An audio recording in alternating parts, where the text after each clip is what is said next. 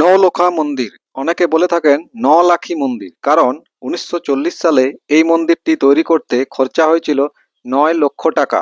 তাই এই নির্মাণ ব্যয়ের মোট পরিমাণের উপর নির্ভর করে নামকরণটি করা হয়েছে।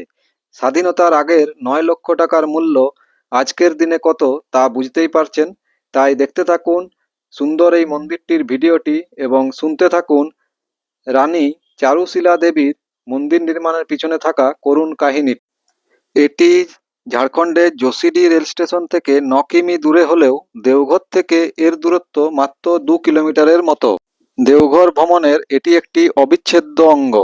146 ফুট উচ্চতা বিশিষ্ট গ্রানাইট ও মার্বেল শিলা দিয়ে নির্মিত এই মন্দিরটির স্থাপত্য নকশা কলকাতার বেলুড় মঠের রামকৃষ্ণ মিশনের মতো।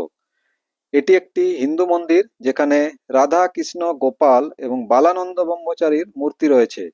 মন্দিরটি প্রতিদিন সকাল 7টা থেকে রাত্রি 7টা পর্যন্ত খোলা থাকে। মন্দিরে প্রবেশ করতে কোনো টাকা না লাগলেও মন্দিরের ভেতরে ক্যামেরার ব্যবহার সম্পূর্ণ নিষিদ্ধ। আমার মতো পারমিশন নিয়ে ভিডিওগ্রাফি করতে পারেন। মন্দিরের ভেতরে বিভিন্ন প্রকারের কারুকার্য রয়েছে যা দেখলে আপনার মন জুড়িয়ে যাবে।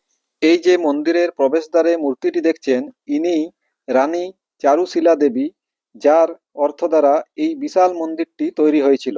ইনি কলকাতার পাথুরিয়াঘাট নামক মর্যাদাপূর্ণ রাজ পরিবারের রানী ছিলেন, যার স্বামী অক্ষয় ঘোষ এবং তার 8 বছরের পুত্র সন্তান যতীন্দ্র ঘোষের অকাল মৃত্যুর পর সংসারের প্রতি বিরক্ত হয়ে সংসারের সমস্ত মায়া মমতা ত্যাগ করে সন্ত বালানন্দ ব্রহ্মচারীর আশ্রমে চলে আসেন।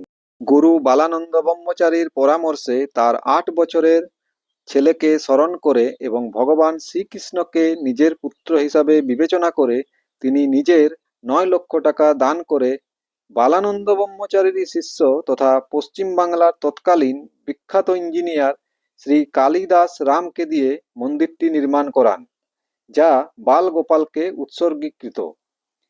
নওলখা মন্দির ছাড়াও একে অনেকে যুগল মন্দির বলে থাকেন, কারণ গুরু এবং গোপালের উদ্দেশ্যে এটি নিবেদিত। মন্দিরের ভিতরে বিভিন্ন প্রকারের কারুকাজ করা রয়েছে যা দেখলে মন জুড়িয়ে যাবে। মন্দিরের স্তম্ভগুলোর মহিমা দেখার মতো, যা মন্দিরের সৌন্দর্যকে আরো বাড়িয়ে তোলে। এত সুন্দর একটি মন্দির আজ সংরক্ষণের অভাবে তার সৌন্দর্য গুটিয়ে নিতে বাধ্য হচ্ছে।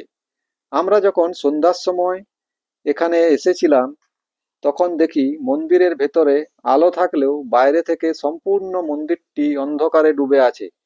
দুই পাশে দুটি ফোয়ারা থাকলেও তাতে প্রাণ নেই। অন্ধকারে ঠিকভাবে দর্শন লাভ সম্ভব হলো না। তাই আমরা পরের দিন আরও সেখানে সকাল দিকে যাই এবং মন্দিরের বাইরের অংশ ভালোভাবে ঘুরে দেখি। আশা রাখছি ঝাড়খণ্ড সরকার এত সুন্দর এই মন্দিরটির বিষয়ে এমন কিছু পদক্ষেপ নেবেন যাতে করে মন্দিরটি আগামী দিনে দেশ বিদেশের ভ্রমণ পিপাসু মানুষকে নিজের কাছে আরো বেশি করে টানতে সক্ষম হয়। আজ এই পর্যন্তই। ভিডিওটি ভালো লাগলে লাইক শেয়ার করে দেবেন এবং সাথে থাকতে চ্যানেলটি সাবস্ক্রাইব করে বেল আইকনটি বাজিয়ে দেবেন। ধন্যবাদ।